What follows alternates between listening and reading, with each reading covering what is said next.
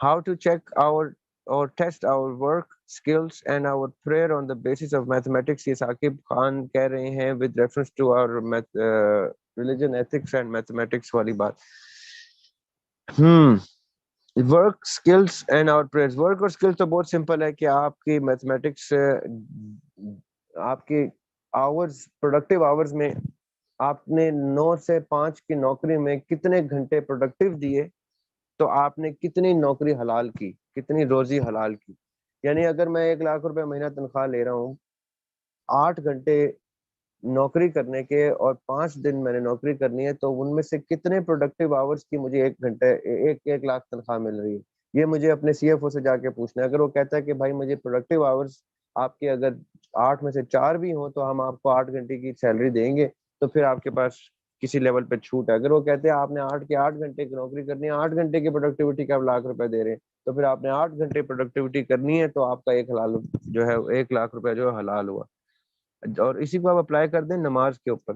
Devotion, dedication, خضوع خشوع جسے کہتے ہیں، وہ یہ ساری چیزیں اس میتھمیٹیکل فارمولے پہ فال ہوتی ہیں تو پھر آپ اس کے اجر، اس کی نیکیاں اور اس کو کیلکولیٹ کرتے ہیں. مثال کے طور پہ اگر آپ پہ 5 نمازیں فرض ہیں تو 5 پڑھ کے بھی آپ کی اگر 1 نماز پوری ہوئی ہے تو آپ کو 4 نمازیں قضا ہیں.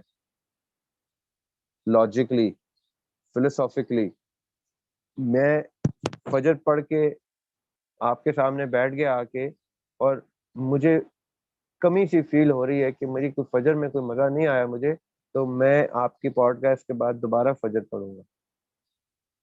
میں آپ کی اس کی ایگزامپل دیتا ہوں. آقا علیہ السلام ایک دفعہ مسجد نبوی میں بیٹھے ہوئے تھے، تو جب آقا علیہ السلام بیٹھتے تھے تو وہ محفل دنیا کی سب سے خوبصورت محفل تھی جس میں آقا علیہ السلام بیٹھے ہوئے تھے. اس سے بڑی محفل پلانٹ پہ کیا عرش پہ بھی ایگزسٹ نہیں کر رہی تھی اس ٹائم جب آقا علیہ السلام مسجد نبوی میں بیٹھے ہوئے ہیں. امیجن کریں دا گریوٹی آف دا سچویشن کہ آقا علیہ السلام کسی مسجد میں کسی محفل میں بیٹھے ہیں، وہ گفتگو کر رہے ہیں. تو ایک صحابی آئے، وہ گزرے محفل کو کراس کر کے نماز پڑھنے کے لیے، تو ان کا دھیان جو تھا وہ آقا کی محفل پہ تھا. یعنی اس طرح سے نہیں کہ نماز نہیں پڑھ رہے تھے، لیکن وہ نماز پڑھ کے اٹھے تو آقا نے کہا آپ دوبارہ نماز پڑھیں گے.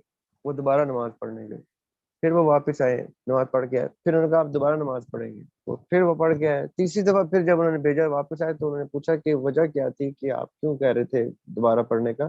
تو آقا نے کہا کہ آپ اس محفل میں جلدی آنے کے لیے 2 سجدوں میں جو گیپ دے رہے تھے وہ کم تھا. وہ 2 سجدوں کا گیپ اس نماز کی خضوع خشوع کی جو میتھمیٹکس ہے، ثاقب میں اس کے اوپر آ رہا ہوں، اس خضوع خشوع کی میتھمیٹکس پوری نہیں کر رہا تھا. حالانکہ انٹرسٹ دنیا کا سب سے بڑا انٹرسٹ تھا اس ٹائم آقا کی محفل میں بیٹھنے کا، لیکن اس میں بھی دنیا کی بات نہیں ہو رہی ابھی کہ میرا نوکری، میرا کام، میرا کچھ اور مجھے کھینچ رہا ہے.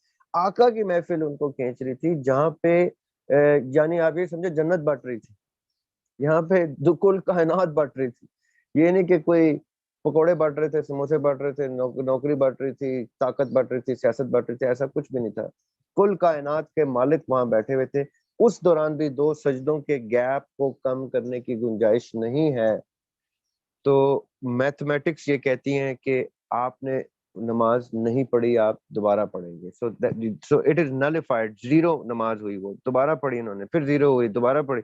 تیسری دفعہ میں جب انہوں نے کہا میں پوری طرح پڑھ کے ہی اٹھوں، آقا بار بار کہہ رہے ہیں، تو انہوں نے جب پورے گیپ دیے جو گیپ بنتے تھے تب وہ محفل میں آئے. تو اس کا مطلب ہے کہ اتنی بڑی محفل کو اچیو کرنے کے لیے نماز پوری کرنا پہلا شرط ہے، پہلی شرط ہے، تب آپ آقا کی محفل میں آتے ہیں. یہ اس کی الگ میتھمیٹکس ہے جو میں آپ کو بتا رہا ہوں.